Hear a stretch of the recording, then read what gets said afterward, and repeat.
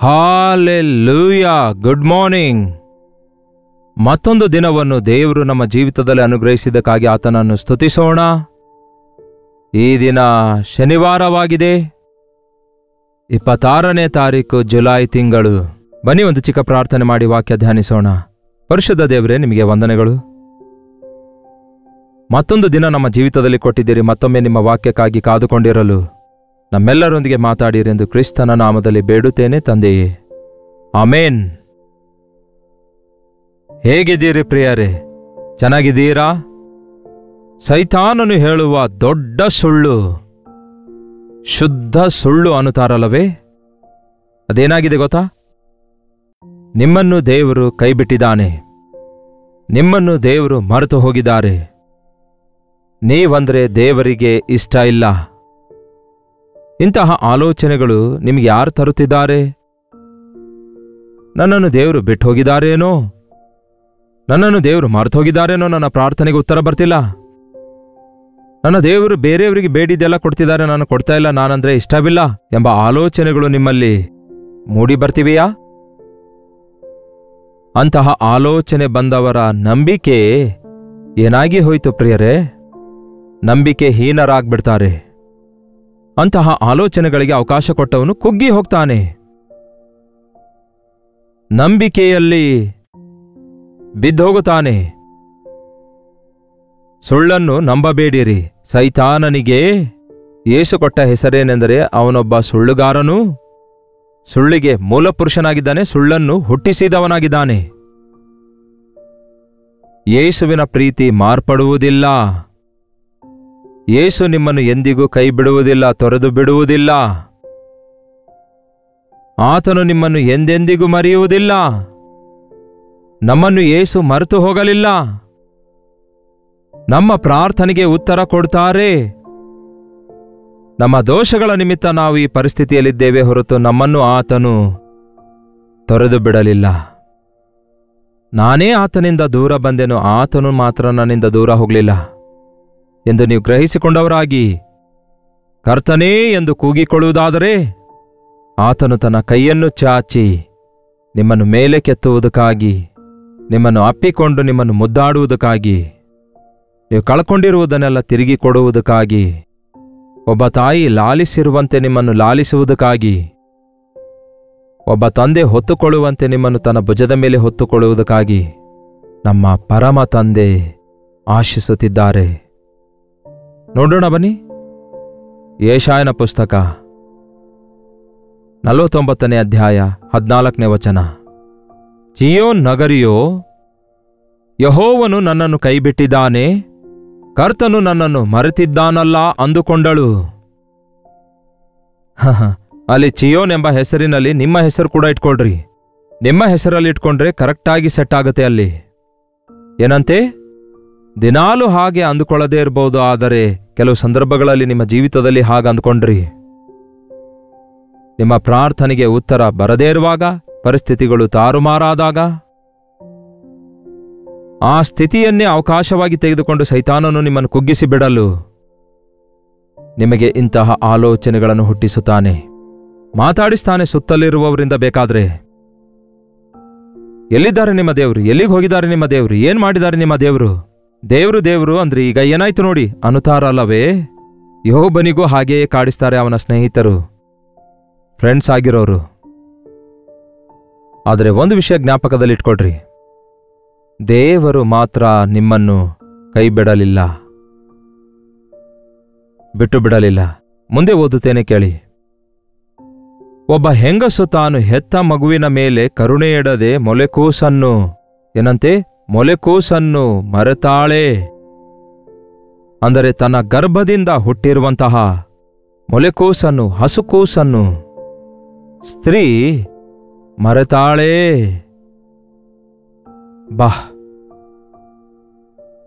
ಆ ತಾಯಂದಿರು ಮಕ್ಕಳಿಗೋಸ್ಕರ ಎಷ್ಟು ತ್ಯಾಗ ಮಾಡ್ತಾರೆ ನೋಡಿ, ಎಷ್ಟು ಭಾರ ಹೊರ್ತಾರೆ ನೋಡಿ, ಎಷ್ಟು ನಿಯಮ ಪಾಲಿಸುತ್ತಾರೆ ನೋಡಿ, ಎಷ್ಟು ಪ್ರಸವ ವೇದನೆ ಪಟ್ಟು ಮಕ್ಕಳನ್ನು ಹೆತ್ತು ಆ ಮಕ್ಕಳನ್ನು ಮುದ್ದಾಗಿ ಬೆಳೆಸಿಕೊಳ್ತಾರೆ, ಎದೆಗೆ ಅಪ್ಪಿಕೊಳ್ತಾರೆ.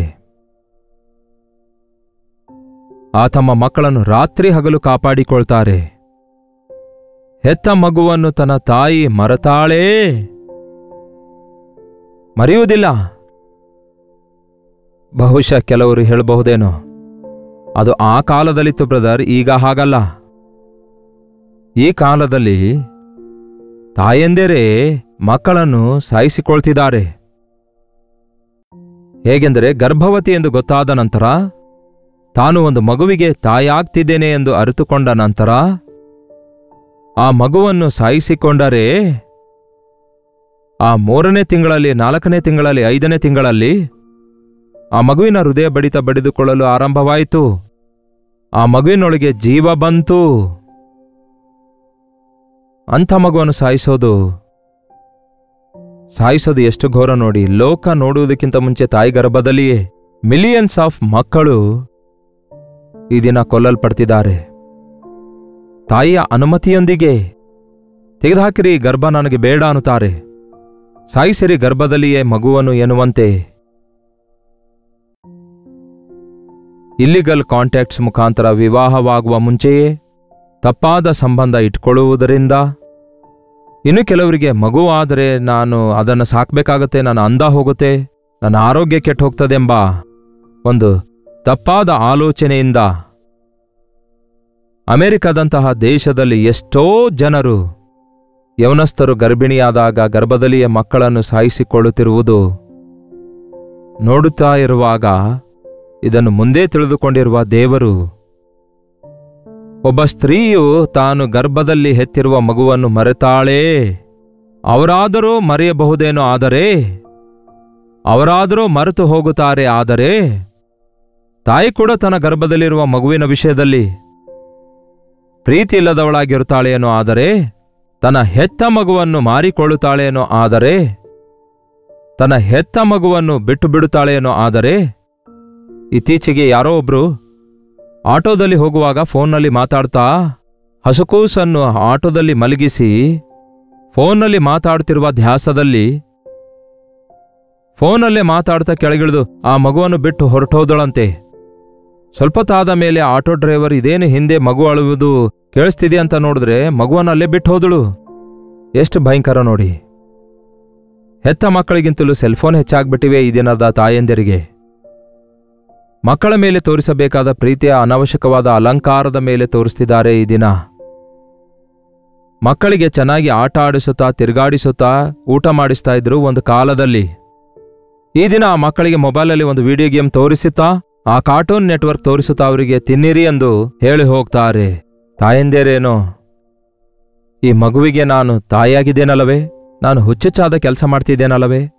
ದೇವರೇ, ನನ್ನ ಮಗುವನ್ನು ಬೆಳೆಸಲು ನನಗೆ ಕಲಿಸೆಂದು ಬೇಡುವುದರ ಬದಲು ನನ್ನ ಮಗುವಿನ ಮೇಲೆ ನನಗೆ ಪ್ರೀತಿ ದಯಪಾಲಿಸಿರಿ ಎಂದು ಪ್ರಾರ್ಥಿಸುವುದರ ಬದಲು ಮಕ್ಕಳನ್ನು ದೂಷಿಸುವುದು, ಮಕ್ಕಳ ಮೇಲೆ ಸಿಟ್ಟಾಗುವುದು ಮಾಡುತ್ತಾರೆ. ಹೌದು, ಅನುರಾಗ ರಹಿತರಾಗಿರ್ತಾರೆ ಅಂತ್ಯ ದಿನಗಳಲ್ಲಿ ಎಂದು ದೇವರ ವಾಕ್ಯ ಹೇಳುತ್ತೆ. ಅನುರಾಗ ರಹಿತರು ಅಂದ್ರೆ ಏನು? ತಾಯಿಗೆ ಮಗುವಿನ ಮೇಲೆ ಪ್ರೀತಿ ಅಷ್ಟೇ ಅಲ್ಲ, ಪ್ರೀತಿಗಿಂತಲೂ ಹೆಚ್ಚಾದದ್ದು ಅನುರಾಗ ಇರುತ್ತೆ. It's a natural love. ಒಂದು ಕರು ಕೂಡ ನೀವು ಬಾ ಅಂತ ಕರೆದ್ರೆ ಬರೋದಿಲ್ಲ. ಆ ತಾಯಿ ಹಸುವನ್ನು ನೀವು ಎಳ್ಕೊಂಡು ಹೋದ್ರೆ ಹಿಂದೆ ಆ ಕರು ಕೂಡ ಬಂದ್ಬಿಡುತ್ತೆ. ನೀಲಗಿರಿಸ್ನಲ್ಲಿ ನಾನು ಸೇವೆ ಮಾಡಿದಾಗ ಆನೆಗಳು, ಅಡವಿಯ ಆನೆಗಳು ಸಾಧಾರಣವಾಗಿ ನಮ್ಮ ತಂಟೆಗೆ ಅವು ಬರಲ್ಲ, ನಾವು ಅವುಗಳ ತಂಟೆಗೆ ಹೋಗದಿರುವಾಗ. ಆದರೆ ಮರಿ ಇರುವಂತಹ ಆನೆ ಏನಾದರೂ ಇದ್ದರೆ ಮರಿ ಆನೆ ಪಕ್ಕದಲ್ಲಿ ನಡೆಯುತ್ತಾ ಇರುತ್ತೆ. ಅಂಥ ತಾಯಿ ನಮ್ಮನ್ನು ದೂರದಿಂದ ನೋಡಿದ್ರೂ ಸಹ ಮೇಲಕ್ಕೆ ಓಡೋಡಿ ಬರುತ್ತದೆ, ನನ್ನ ಮಗುವನ್ನು ಯಾರಾದರೂ ಎತ್ಕೊಂಡು ಹೋಗ್ತಾರೋ ಎಂಬುದಾಗಿ. ಆ ರೀತಿಯಾಗಿ ತಾಯಿ ಆನೆ ತನ್ನ ಮರಿಯನ್ನು ಕಾಪಾಡಿಕೊಳ್ತದೆ. ಮನುಷ್ಯನಿಗೆ ಅಷ್ಟು ಕೂಡ ಪ್ರೀತಿ ಇಲ್ಲದ ಸ್ಥಿತಿ ನೋಡುತ್ತೇವೆ. ಅದಕ್ಕೆ ದೇವರು ಹೇಳಿದ್ದಾರೆ, ಒಂದು ವೇಳೆ ತಾಯಿ ತನ್ನ ಹೆತ್ತ ಮಗುವನ್ನು ಮರೆತರೂ ಮರೆತಾಳು, ನಾನು ನಿಮ್ಮನ್ನು ಮರೆಯುವುದಿಲ್ಲ.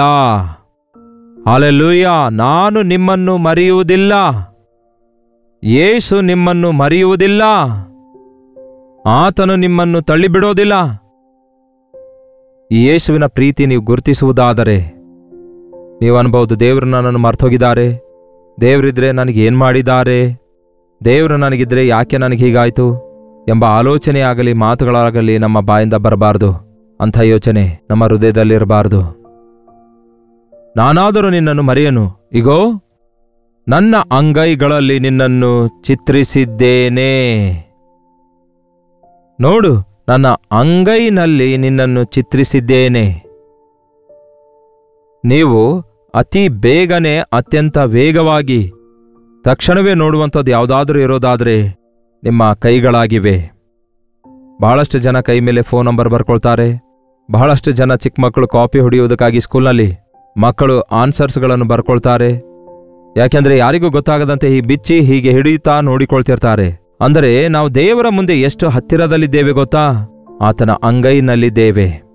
ಕೆಳಗಿಣಿಕಿ ನೋಡುವ ಅಗತ್ಯವಿಲ್ಲ, ಮೇಲಕ್ಕೆ ನೋಡುವ ಅಗತ್ಯವಿಲ್ಲ, ಪಕ್ಕದಲ್ಲಿ ನೋಡುವ ಅಗತ್ಯ ಇಲ್ಲ, ಹಿಂದೆ ನೋಡುವ ಅಗತ್ಯ ಇಲ್ಲ. ನೀವು ಆತನ ಎದುರುಗಡೆಯೇ ಇದ್ದೀರಿ. ನೀವು ನಡೆದುಕೊಳ್ಳುವುದು, ಎದ್ದೇಳುವುದು ಆತನಿಗೆ ಗೊತ್ತು. ನೀವು ಕೂತ್ಕೊಳ್ಳುವುದು, ಎದ್ದೇಳುವುದು ಆತನಿಗೆ ಗೊತ್ತು. ಮಾತು ಬಾಯಲ್ಲಿ ಬರುವುದಕ್ಕಿಂತ ಮುಂಚೆ ಆತನಿಗೆ ಗೊತ್ತು. ನಿಮ್ಮ ಮೇಲೆ ದೃಷ್ಟಿಯಿಟ್ಟು ನಿಮಗೆ ಆಲೋಚನೆ ಹೇಳುವೇನೆಂದಿರುವ ಕರ್ತನು ನಿಮ್ಮ ಮೇಲೆ ತನ್ನ ದೃಷ್ಟಿ ಇಟ್ಟಿದ್ದಾರೆ. ಆತನ ಅಂಗೈಯಲ್ಲಿ ನಾವಿದ್ದೇವೆ ಪ್ರಿಯರೇ. ಆತನ ಅಂಗೈನಲ್ಲಿರುವಂತಹ ಗಾಯಗಳು, ಸ್ವಾಮಿ ಇವು ಏನಾಗಿವೆ ಎಂದು ಕೇಳಿದಾಗ, ಇವು ನಾನು ಪ್ರೀತಿಸಿದವರ ಮನೆಯಲ್ಲಿ ಇದ್ದುದಕ್ಕೆ ಉಂಟಾದವು ಅನ್ನುತ್ತಾರೆ ದೇವರು.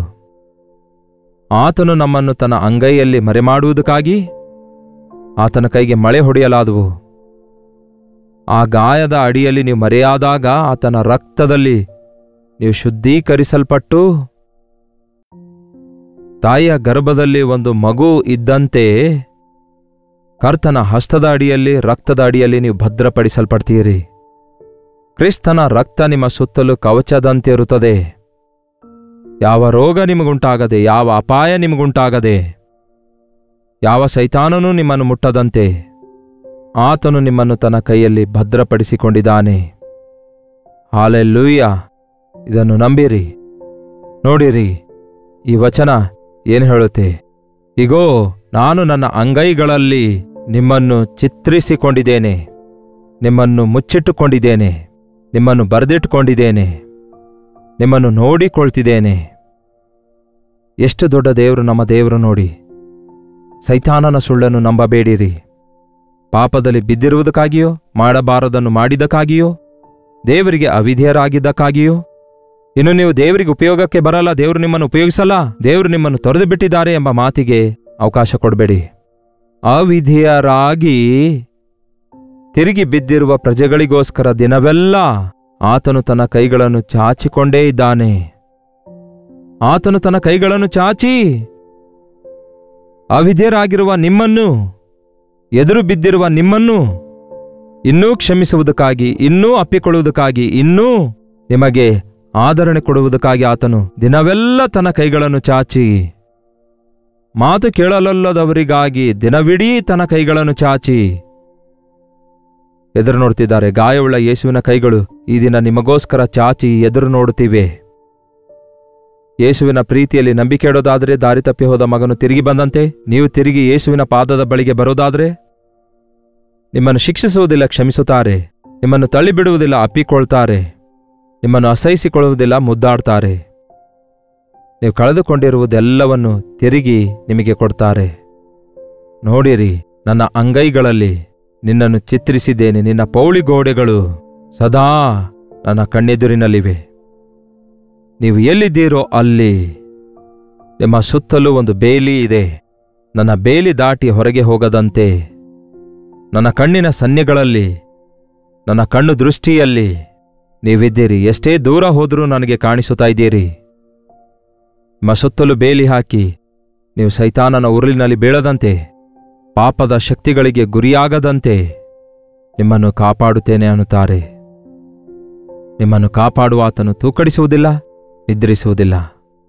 ತಾಯಿ ಆದರೂ ನಿದ್ರೆ ಹೋಗ್ತಾಳೇನೋ, ತಾಯಿ ಆದರೂ ಮರೆತು ಹೋಗ್ತಾಳೇನೋ, ತಾಯಿ ಆದರೂ ಬಿಟ್ಟು ಹೋಗ್ತಾಳೇನೋ. ಆದರೆ ನಿತ್ಯನಾದ ತಂದೆ ತಾಯಿಯಾಗಿದ್ದಂತಹ ನಮ್ಮ ಕರ್ತನು ನಿಮ್ಮನ್ನು ಎಂದಿಗೂ ಬಿಡುವುದಿಲ್ಲ, ತೊರೆದು ಬಿಡುವುದಿಲ್ಲ. ಆತನ ಮಡಿಲಿಗೆ ಸೇರಿರಿ, ಆತನಲ್ಲಿ ನಂಬಿಕೆ ಇಡೀರಿ, ಆತನ ಕ್ಷಮಾಪಣೆ ಹೊಂದಿಕೊಂಡು ಕಳೆದುಕೊಂಡದನ್ನೆಲ್ಲ ತಿರುಗಿ ಹೊಂದಿಕೊಂಡು ಸೈತಾನನನ್ನು ಎದುರಿಸಿರಿ. ನಿಮ್ಮನ್ನು ನಾಚಿಕೆಗೊಳಿಸುವ ಸೈತಾನನು ನಾಚಿಕೆಗೊಳ್ಳುವ ಹಾಗೆ ಕರ್ತನ ಮಡಿಲಿಗೆ ನೀವು ಸೇರಿಕೊಳ್ಳಿರಿ. ಪ್ರಾರ್ಥನೆ. ಪರಿಶುದ್ಧ ದೇವರೇ, ನಿಮಗೆ ವಂದನೆಗಳು. ಸೈತಾನನ ಮಾತುಗಳಿಗೆ ಒಳಗಾಗಿ ಬೆದರಿ ಭಯಪಟ್ಟು ನಂಬಿ ಮೋಸ ಹೋಗ್ತಿದ್ದೇವೆ ದೇವರೇ. ಇಷ್ಟು ಪ್ರೀತಿಯುಳ್ಳ ನನ್ನ ಯೇಸುವೇ, ಇಷ್ಟೊಂದು ರೀತಿಯಲ್ಲಿ ಯಜ್ಞವಾಗಿರುವ ನನ್ನ ಯೇಸುವೇ, ಪ್ರಾಣವನ್ನು ಸಹ ನನಗಾಗಿ ಕೊಟ್ಟ ಯೇಸುವೇ, ನನಗೋಸ್ಕರವೇ ತನ್ನ ಪ್ರಾಣವನ್ನೇ ಅರ್ಪಿಸಿ ಕೊಟ್ಟಿರುವ ದೇವರೇ, ನೀವು ನನ್ನನ್ನು ಹೇಗೆ ಬಿಟ್ಟು ಹೋಗಲು ಸಾಧ್ಯ? ನನ್ನನ್ನು ಹೇಗೆ ನೀವು ಮರೆತು ಹೋಗಲು ಸಾಧ್ಯ? ನನ್ನನ್ನು ಹೇಗೆ ಕ್ಷಮಿಸಲಾರದೆ ಇರೋದು ಅಸಾಧ್ಯ? ನಂಬಿಕೆ ನಮಗೆ ದಯಪಾಲಿಸಿರಿ. ನನ್ನ ಬಳಿಗೆ ಬರುವವರನ್ನು ನಾನು ಎಂದಿಗೂ ತಳ್ಳಿಬಿಡುವುದಿಲ್ಲ ಎಂದು ಹೇಳಿದಿರಲ್ಲವೇ? ಈ ಸಮಯದಲ್ಲಿ ಯಾರ್ಯಾರು ನಿಮ್ಮಿಂದ ದೂರವಾಗಿದ್ದಾರೋ, ವ್ಯತಿರೇಕದ ಆಲೋಚನೆಯಿಂದ ನೆಗೆಟಿವ್ ಥಾಟ್ಸ್ನಿಂದ ಕುಗ್ಗಿ ಹೋಗಿದ್ದಾರೋ, ಸೈತಾನನ ಸುಳ್ಳುಗಳಿಂದ ಜಡಿಯಲ್ಪಟ್ಟಿದ್ದಾರೋ, ನಿಮ್ಮ ಪ್ರೀತಿಯ ಕರೆಗೆ ವಿಧೇಯರಾಗುವುದಕ್ಕಾಗಿ, ನಿಮ್ಮ ಮಡಿಲಿಗೆ ಸೇರುವುದಕ್ಕಾಗಿ, ನಿಮ್ಮ ಪ್ರೀತಿಯಲ್ಲಿ ಭದ್ರವಾಗಿರುವುದಕ್ಕಾಗಿ ಸಹಾಯ ಮಾಡಿರೆಂದು ಕ್ರಿಸ್ತನ ನಾಮದಲ್ಲಿ ಬೇಡುತ್ತೇನೆ ತಂದೆಯೇ. ಆಮೇನ್. ನಮ್ಮ ತಂದೆಯಾದ ದೇವರ ಪ್ರೀತಿಯೂ ಮಗನಾಗಿರುವ ಕ್ರಿಸ್ತನ ಕೃಪೆಯೂ ಆದರಣೆಕರ್ತನಾದ ಪವಿತ್ರಾತ್ಮನ ಸಹವಾಸವು ಕೂಡಿ ಬಂದಿರುವ ನಮ್ಮೆಲ್ಲರ ಸಂಗಡ ಇಂದಿಗೂ ಸದಾಕಾಲಕ್ಕೂ ನೆಲೆಯಾಗಿರಲಿ. ಆಮೇನ್. ದೇವರು ನಿಮಗೆ ಸಹಾಯ ಮಾಡ್ತಾರೆ ಪ್ರೇರೆ. ನಿಮ್ಮ ಪ್ರಾರ್ಥನಾ ಮನವಿ 8939731313 ನಂಬರ್ಗೆ ಹಾಗೂ ಇತರ ದೇಶದಿಂದಲೂ ಸಹ ವೀಕ್ಷಿಸುವುದಾದರೆ ಕೊಡಲ್ಪಟ್ಟ ಇದೇ ನಂಬರಿಗೆ ಒಂದು ಟೆಕ್ಸ್ಟ್ ಆಗಲಿ ವಾಯ್ಸ್ ಮೆಸೇಜ್ ಮುಖಾಂತರ ವಾಟ್ಸಪ್ ಕಳಿಸಿಕೊಡಿರಿ. ಫೋನ್ ಮಾಡಬೇಡಿ, ಎತ್ತಿಲ್ಲವೆಂದು ಬಾಧಪಡಬೇಡಿ. ಕೆಲವು ಸಾವಿರಾರು ವಾಟ್ಸಪ್ ಮೆಸೇಜ್ ಬರ್ತೀವಿ, ಅವುಗಳನ್ನೆಲ್ಲ ಪರಿಶೀಲಿಸಿ ನಾವು ತಪ್ಪದೆ ನಿಮಗಾಗಿ ಪ್ರಾರ್ಥನೆ ಮಾಡ್ತಿದ್ದೇವೆ.